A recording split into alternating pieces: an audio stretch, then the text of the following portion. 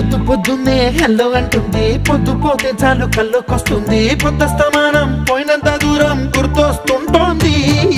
అమ్మో బాపు గారి బొమ్మో, ఏ ఓలమ్మో మల్లె పూల కొమ్మో.